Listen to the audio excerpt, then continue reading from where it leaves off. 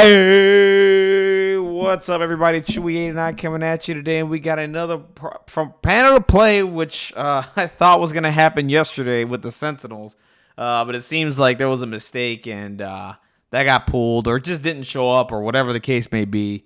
Whoever's handling their automation scripts over there at MG, it happens, whatever. But the panel to play is here today with the Sentinels, so. I'm excited to see Sentinels, man. I've been wanting them in the game for a while now, and it seems like AMG's been working on this for a long time. I think since the beginning. I think that's what they said in their stream. Don't remember, but I think they've been working on this for a long time, and I can't wait to see this. Like, I don't have any idea what's going on here. And I just can't wait to read it. Honestly, like I just can't wait to kill Sentinels with Wolverine and stuff like that, because I always get flashbacks with Wolverine. The only time he's cutting stuff is robots. In the animated series. So but yeah, if you guys can do me a favor, let me know your thoughts down below on the Sentinels. Dislike the video, subscribe to the channel. Of course, I'm always gonna have MCP content. Give you guys a heads up, this Saturday I am going to be streaming another top cut game. This is top 8 between Shane CS and Lucas. It'll be Spider Foes versus Criminal Syndicate /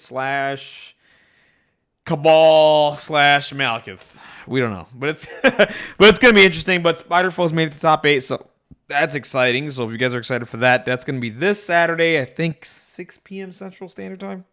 I think if I got it right. If not, don't worry about it. It's gonna be there. It's gonna be on my Twitch channel, twitch.tv/chewy891. Just follow me there. You'll get a notification. Should be fun. Without further ado, let's get into the robots. So I'm excited for them because, I played a decent amount of Marvel vs. Capcom. Never competitive or anything like that, but the Marvel 2 scene, the Marvel 3 scene, was always something I used to watch when I was younger back in the day, 2008, whatever, around that time. And I played a little bit of Marvel when I was younger, in the arcade a little bit, never competitive or anything like that, but always seeing the Sentinel colors and stuff like that were amazing. Of course, there's a famous Mango Sentinel video from IFC Yipes. You should, if you haven't watched that video, you should. It's actually kind of funny. So I'm gonna have different colors for my Sentinels and all that stuff. So it is what it is. So let's get into the wack bots, as they called them in Marvel 3, as Yipes called them. Sentinel Mark 4. Let's take a look at this. So 3 physical defense, 4 energy, 4 mystic. That's cool. 7 health, so pretty sturdy. Threat 4, and I think this is the Mark 4. So. Size 5, move small, but they're on a huge base, so they're very slow-moving robots, which is whatever. They're on a big base. Hopefully they don't, hopefully they have some ways to get back into the game, that can help them out, but we'll find out in a second. All right, so let's get to the Plasma Blast. Range 3, 4 energy, 4 dice, 0 power cost. Every attack result this character gains power equal to damage dealt. When this attack is chosen during the pay power cost step of the attack, this character may spend up to 3 additional power, add 1 attack for each power spent this way. So that's pretty cool. So you can go ahead, if you have power on these Sentinels, you can just go ahead, pay 3 extra. You can go up to 7 and just power equal to damage dealt. So you could probably just refund that power back if you want. So that's pretty cool. That's interesting. Suppression protocols. Let's get to the spender here. So no wild triggers, no pushes, anything like that. So guess what? I don't get to do 100 push-ups. For those that remembered my my whole Discord thing, because if anybody remembers, there's always the funny GIF of because I posted this in Discord with Sentinel shooting Beast and knocking him back into the electric fence, right? And people were like, "That's a throw," and I'm like, "That's most likely a push." And I made a bet out there that the Sentinels probably won't have a throw on their attack or anything like that. If anything, they have a push. They don't have a push or throw, so I don't get to do 100 push-ups. In your face, Discord. That's cool. So suppression protocols. Range 3, 8 dice, 3 power cost. So another cheap costing spender here. Suppression on a wild. After the attack is resolved for each wild in the roll, the defending character gains one of the following special conditions: incinerate, shock, or slow. So that's interesting. That's really cool. Per wild, they can get incinerate, shock, or slow. I'm a fan of all 3 of these conditions. Slow can debilitate a character that moves long, moves medium, on a certain size base and all that stuff. So that's cool. It can hamper other characters as well, and slow them down. So I like it. I'm a huge fan. Restraint cables, 2 power costs. Choose an enemy character within 4 and in line of sight. The chosen character is pushed toward this character small. This is where it's only used once per turn. So 2 power costs basically pull towards you. So that's cool. So, they do move slow, but they should be within range 4 really quickly. And then you should be able to pull them towards you. Very similar to what Venom and Omega Red do, right? So that's cool. I like it. They have something that can just whatever. I like it. When Master Mold, when building a roster or a squad, a player may include 2 of this character instead of the normal 1. So you can add 2 Mark 4s. So that box comes with 2 Mark 4s now. Well, it does come with 2 Mark 4s. So you can have 2 Sentinels along with your leader, which I think is the Prime Sentinel, which is interesting. So you can have 2 of these and then whatever. Power Matrix. At the end of this character's activation, gains 2 power. So there you go. So they're building power. That's awesome. At the end of the activation, so not the beginning, right? So that's cool, actually. I'm a fan of that. They're getting power some other way outside of attacks. So that's interesting. Sentinel programming. This character cannot be advanced or pushed by mystic attacks or superpowers. That's good. So they can't be pushed. They can't be advanced. So that's really good. When defending against mystic attacks, this character counts wild results in the defense rolls as 2 successes. Immune to bleed and poison, obviously, because they're not human beings. That's cool. So you can't be advanced or pushed. That's awesome. You can't be mind gemmed. You can't be pushed or anything, but you can be thrown. Right now they're size 5. The only person that can really throw them in the game is Malekith, which is kind of very, very sad. But they're size 5. I mean, outside of that, they cannot be thrown by anything else or pushed. So that's interesting. So, when I see a Malekith, I probably won't run the Sentinels, but it is what it is. They got a pretty decent attack. The suppression's really cool. It's not expensive. The restraint cables are awesome. They gain extra 2 power at the end of the turn, so that's really cool. They move really slow. They don't have flight, but who cares because they're size 5. That gets over everything, and they move small anyway, so it's not a big deal. Let's get to the injured side. It looks like they're a little different here. Hold on a minute. So 3/4/4, health 6, threat 4, size 5, same thing. Okay, whatever.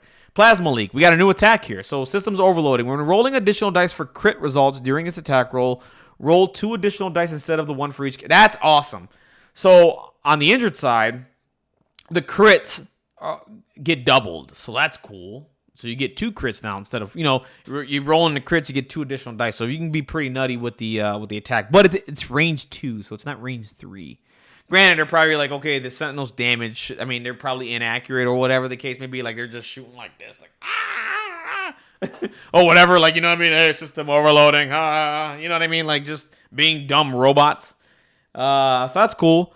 System's critical. After this attack resolve, this character suffers 1 damage for each crit in the roll. Hey.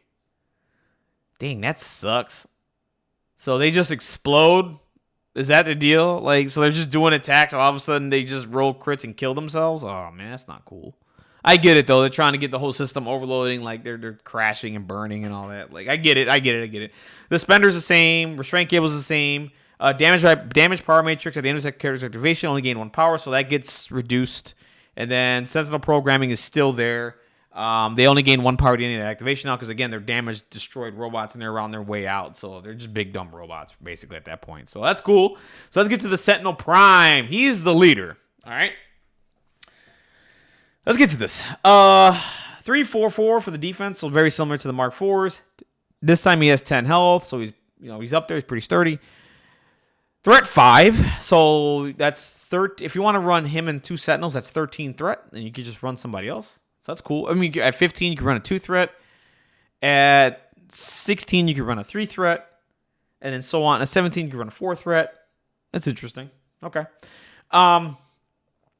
Move small, whatever. So Plasma Blast, MK2. Hopefully this is a little bit better on the dice here. So range 3, 5 dice, no power cost. So after the attack is resolved, this character gains power equal damage dealt. If you spend power during the pay the cost step, it's an additional 3 dice. So that's cool. That's interesting as well. That's fine. So it has the same. So it can go up to 8 dice on a physical. I mean, on the builder attack. So that's interesting. And it's an energy attack. That's awesome. Again, no wild results or anything for like pushes or anything like that. No throws, nothing. Really wish they had. I love the pay to cost to increase the attack dice, but I really wish they had like a while to do something else, like a push. Because I'm always visualizing them attacking mutants and like they're getting pushed back or whatever. That's fine. It is what it is. The spender is the same thing, except you get 9 dice and it's 4 power cost this time. That's cool. Now we get to the leadership. Let's see what's going on here. Mutant Hunters. When an enemy character is dazed after the effect is resolved, choose a number of allied characters up to the dazed character's threat value. What? Let me read this again. When an enemy character is dazed after the effect is resolved, choose a number of allied characters up to the dazed character's threat value. Each chosen character gains 1 power. Now, that's interesting. So if they really want you to hunt after like the big threats and like take them down and then like hand out all this power. But like if you're going up against like a Hulk, that's a tall task, right? If you're going up against Malekith, that's still a tall task. So like, that's 6 or 7 power that you can disperse between characters. Granted, you're probably going to be running like maybe 4 or 5, maybe up to 6 characters. Who knows, right? If you do the points and all that stuff. Because Cassandra Nova is affiliated too, but she's a 5 threat. So like the math is going to be really crazy. So I don't know if you're going to have like, I don't know if you're going to be hunting like the bigger threats, because then it's fine. But then like you're taking forever to take down a character to hand out power to characters you probably don't have. So it's fine. A character cannot gain more than 1 power as a result of his leadership ability each turn. So, yeah, that's fine. So if you daze a character, you hand out your power to other characters, and then from there, that's it. That's pretty much it. But I like the whole you go off the dazed character's threat value, and then you just boom. This doesn't work on a KO, by the way. So keep that in mind. This only works on dazes. So if you KO somebody, this affiliation doesn't work. So it's only on a daze, unfortunately. But just whatever. Restraint cables, push towards you. Cool. Pattern analysis. Here we go. While this character or an allied character within 4 is attacking or defending during the modified dice step of the attack, this character may spend up to 3 power to use a superpower for each power spent. This character or allied character. So you can re-roll dice with him. So basically, he's like Shuri and Zola right now, which is cool. So he's adding some rerolls. So that's really cool. Power Matrix at the end, gain 2 power. That's cool. And this character can be advanced or pushed by mystic attacks or superpowers. That's really, really cool. So you can't like pull them in with a push or whatever. They could still be thrown by Malekith, which is the only character that can throw them right now. Or if you do whatchamacallit, you can do Aegis. No, that's not. No, Aegis Smash doesn't work. I don't know. I gotta look at that card. So like right now, they still be thrown by Malekith, which is whatever. And yeah, really interesting stuff. Really cool. Let's get to the injured side. Let's see what changes here. 3/4/4, 8 health, 5 threat, size 5, move small. Plasma Blast, MK2. Let's see what changes here. Nothing really. So they don't have the whole crit thing here, which is cool because that would really suck if your Sentinel Prime were to nuke itself, like your leader would just nuke itself. If he just did a big attack, so that's cool. Yeah, you don't want to lose your leader that way. It's kind of poopy. The spender stays the same as well. Okay, the leadership stays the same. Restraint cable stays the same. Pattern analysis stays the same. Overloading power core. Now here we go. This is what's different. During the power phase, roll 5 dice. For each crit or hit rolled, this character gains 1 power. If at least 1 fail was rolled, this character suffers 1 damage. So this is almost similar to Green Goblin's thing when he goes crazy, but he doesn't have like the drawback of like hurting himself. So like if you roll failures, you roll 5 dice. For each crit hit roll, you get some power. So that's pretty cool. And if you can kill yourself with, granted you have 8 health on this side, but you can kill yourself if you roll some failures and stuff like that. So there's the drawback there. So on the Mark IVs, the drawback is rolling crits. On Sentinel Prime, the drawback is rolling failures, but you get some power back refunded and all that. So that's really, really cool. I don't know, man. They're interesting. They're interesting. I think I'll have some fun with them, playing and having some games with them. I don't know how I'm going to transport these Sentinels because I keep hearing they're bigger than Dormammu. At least Sentinel Prime, I think, is a little bit bigger than Dormammu. But, getting these characters, like, traveling with them is going to be a pain. But you never know, man. I mean, I can't wait to see what the community does with this team. I like what I see. I think I'm gonna have a lot of fun playing these characters, and like it's gonna be fun with the different paint schemes I'm gonna have for them. I have someone that's gonna paint these up for me, and I can't wait. Honestly, I think they're gonna be fun. Um, you know, let's see what happens. I mean, I'm interested. They're different. They do I think they're gonna be like top tier, whatever you want to. I don't know, right? You got to play games. I mean, my read on them right now is I think they're fun to play. I think they're interesting. They seem like Sentinels. Like that's the thing for me is like when I read everything, I feel like they're Sentinels, right? Personally, I can't wait for them to get like Nimrod as like a character, right, and be another leadership for the Sentinels and have something different. Like I can't wait for it to get fleshed out a little bit more, which is probably like down to like years from now or whatever. Who knows? But I would love to see it get fleshed out with characters like that. Maybe a Boulevard Trask or something like that, right? And like just add a little bit more flavor or something. But like I like what they do. I mean, they have restraint cables.